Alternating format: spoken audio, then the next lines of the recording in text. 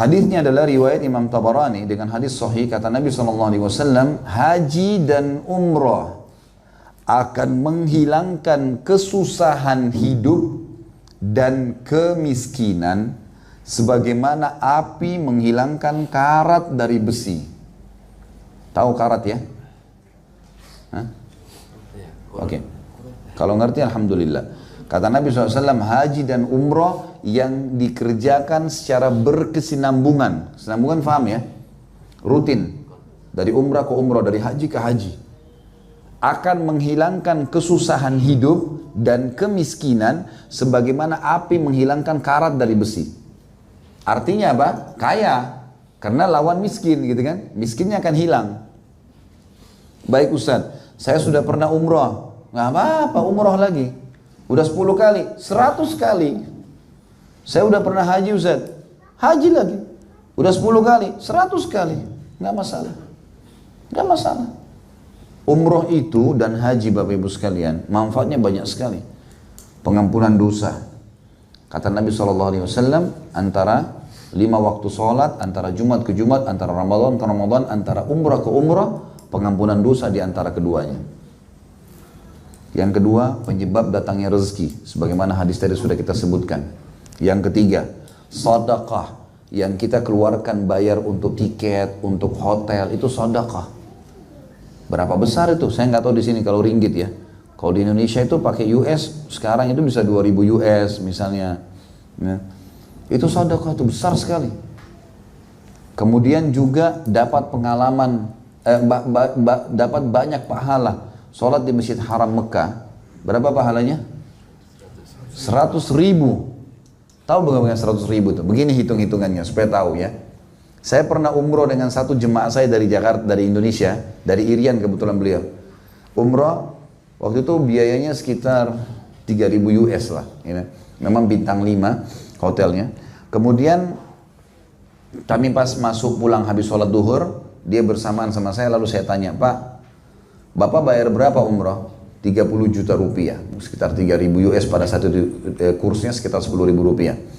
Terus saya bilang, itu banyak Pak? Ya sedang lah bagi dia, karena dia punya kemampuan. Pak mau nggak saya hitungkan pahala yang Bapak dapat? Kaget dia, emang bisa Ustaz? Ya yang ada dalilnya saja. Baik, bagaimana caranya Ustaz? Saya bilang, Bapak sudah tahu hadis kan? Sholat di masjid Haram Mekah ini sama dengan 100.000 dibandingkan tempat lain. Di Masjid Nabawi sama dengan 1.000. Kita ambil yang 100.000 yang di Mekah ini. Kebetulan kami lagi di Mekah waktu itu. 100.000 ini, coba Bapak Ibu pakai kalkulator, dibagi dengan jumlah hari satu tahun. Satu tahun kan 365 hari ya. Coba bagi antara 100.000 pahala dengan 1 tahun kehidupan kita, itu akan keluar angka 274 tahun. Berarti kalau kita sholat 1 kali duhur di Mekah, sama 274 tahun di KL nih. 1 kali sholat. Baik, saya bilang sama dengan 274 tahun Bapak sholat di Indonesia. Itu kalau sholat sendiri loh Pak. Sholat berjamaah lain lagi. Ada hadisnya riwayat Imam Ahmad, sholat seseorang di antara kalian di rumahnya, di pasarnya, dan masjidnya, bandingkan dengan masjid berjamaah adalah 25 kali lipat. Ada hadis lain, sholat sendiri dengan sholat berjamaah perbandingannya 27 derajat. Beda ya. 25 kali lipat dan ada 27 derajat. 25 kali lipat, kalau kita kali 274 kali 25, kurang lebih 6.500 tahun. 6.500 tahun ini bukan main-main ini. Berapa ringgit Bapak Ibu bayar umrah itu? Dan bagaimana dengan satu sholat berjamaah 6.500 tahun? Belum 27 derajat tadi. Kata Ibnu Abbas radhiyallahu anhuma, 27 derajat perbandingan sholat sendiri dengan berjamaah itu adalah 1 derajatnya ke derajat yang di keduanya di surga nanti jaraknya 500 tahun. Jadi sholat sendiri dengan berjamaah bedanya 12.000 tahun. Jadi makanya jangan sholat sendiri, selalu berjamaah.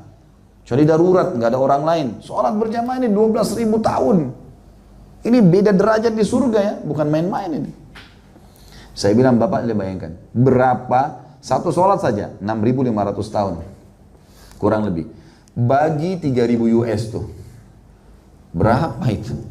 Nggak ada nilainya. Kalau kita tahu pahalanya hari kiamat, kita nggak akan berhenti nih. Ada satu pengusaha di Jakarta, Masya Allah, suami istri. Saya tahu beliau itu setiap bulan, beliau tidak cerita langsung, tapi saya dapat dari orang lain yang saya bisa percaya. Ini dalam satu bulan, pasti 3 pekan dia habiskan di Jakarta, karena ada usaha. Pekan terakhir, minggu terakhir di setiap bulan itu umroh. Setiap bulan. Tidak pernah enggak. Kecuali haji, itu baru. Tapi orang bulan-bulan biasa pasti. 3 minggu Jakarta, seminggu Saudi. Pasti. Rezekinya Masya Allah. Luar biasa, punya building banyak. Macam ini tempat-tempat begini punya dia banyak sekali di Jakarta. Diluaskan sama Allah. Jadi haji dan umroh itu manfaatnya besar. Atha bin Abi Rabah rahimahullah, salah satu ulama tabi'in, itu umurnya 100 tahun. Dan beliau haji 70 kali. Artinya 70 tahun. Kalau peraturan pemerintah misal 5 tahun sekali ya sudahlah, tidak apa-apa. Misal ya, tapi tetap usahakan. Kalau umroh bisa umroh aja. Baik, dalam masalah ibadah juga perlu digarisbawahi satu hal ya. Bapak Ibu sekalian, dalam masalah ibadah, kaidah dalam ilmu fikih kita adalah dahulukan dirimu sebelum orang lain.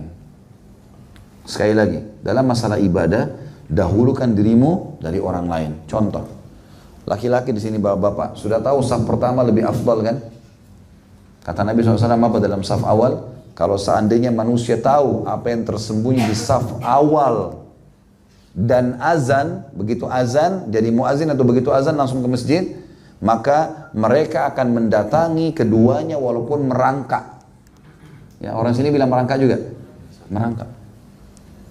Kata Nabi SAW, kalau seandainya mereka tahu apa yang tersembunyi di saf pertama dan mereka tidak bisa mendapatkan kecuali mereka bersaing, maka mereka akan bersaing. Sampai kata para ulama, apa kalau saya berada di saf kedua dan saya bisa bayar orang yang di saf pertama dengan seluruh harta saya supaya dia pindah ke saf kedua, saya saf pertama, maka saya akan lakukan. Satu sholat saja. Kadang-kadang saya tidak tahu di sini, kalau di Indonesia itu dorong-dorongan, silakan Pak, silakan Pak. Ini karena tidak paham, maksudnya nggak boleh. Gitu. Yang boleh adalah kita masuk di saf pertama, di sebelah masih lowong, panggil orang, silakan. Tapi kita sudah di situ, ya. Jadi dalam ibadah itu dahulukan diri dulu, baru ajak orang lain. Baik, saya kasih contoh dalam masalah umroh dan haji. Bapak Ibu baru umroh 3 bulan lalu misalnya. Sekarang ada rezeki lagi mau umroh. Mana lebih afdal? Saya umroh lagi atau saya beri kepada kerabat saya yang belum umroh? Hah? Mana ulamanya KL nih? Mana lebih afdal? Coba. Bagi kerabat. Sepakat dengan ini? Nggak ada yang nyaut, takut salah. Nggak apa-apa. Umroh lagi. Umroh lagi buat kita. Kenapa? Karena umroh yang 3 bulan lalu belum ada jaminan diterima. Ada jaminan nggak? Dari mana antum bilang saya sudah umroh 3 bulan lalu sudah cukup ini buat kerabat saya loh? Kita belum dapat jaminan. Yang pertama, yang kedua, buku amal itu ada setiap hari. 3 bulan lalu urusannya. Sekarang tetap ada. Apa kata Nabi SAW? Jangan seseorang di antara kalian berkata, dulu saya pernah sholat malam. Itu dulu. Udah dicatat oleh malaikat, aman. Ada sekretaris nggak pernah tidur nih. Catat semua. Lengkap. Gitu kan. Tapi hari ini, besok, harus difahamin. Nah, yang boleh, kita umroh lagi sekarang. Ada lebih rezeki, umrohkan kerabat. Nah, itu boleh. Tapi kita ikut juga. Jangan kasih orang. Faham maksudnya ya? Jadi dalam ibadah itu harus begitu. Kita harus terlibat lagi, walaupun yang kedua, yang ke-100, nanti libatkan orang lain, tapi kita ada di situ. Gitu. Kecuali ulama bilang orang tua lain. Kalau kita sudah pernah haji, orang tua kita belum, itu lain. Karena ada bab bakti pada orang tua, itu lain. Dan kewajiban haji sudah selesai. Tapi kalau enggak, maka kita dahulukan diri kita. Tidak ada lagi selain orang tua yang kita dahulukan. Jelas ya? Jadi ini penting dalam masalah kaidah ibadah.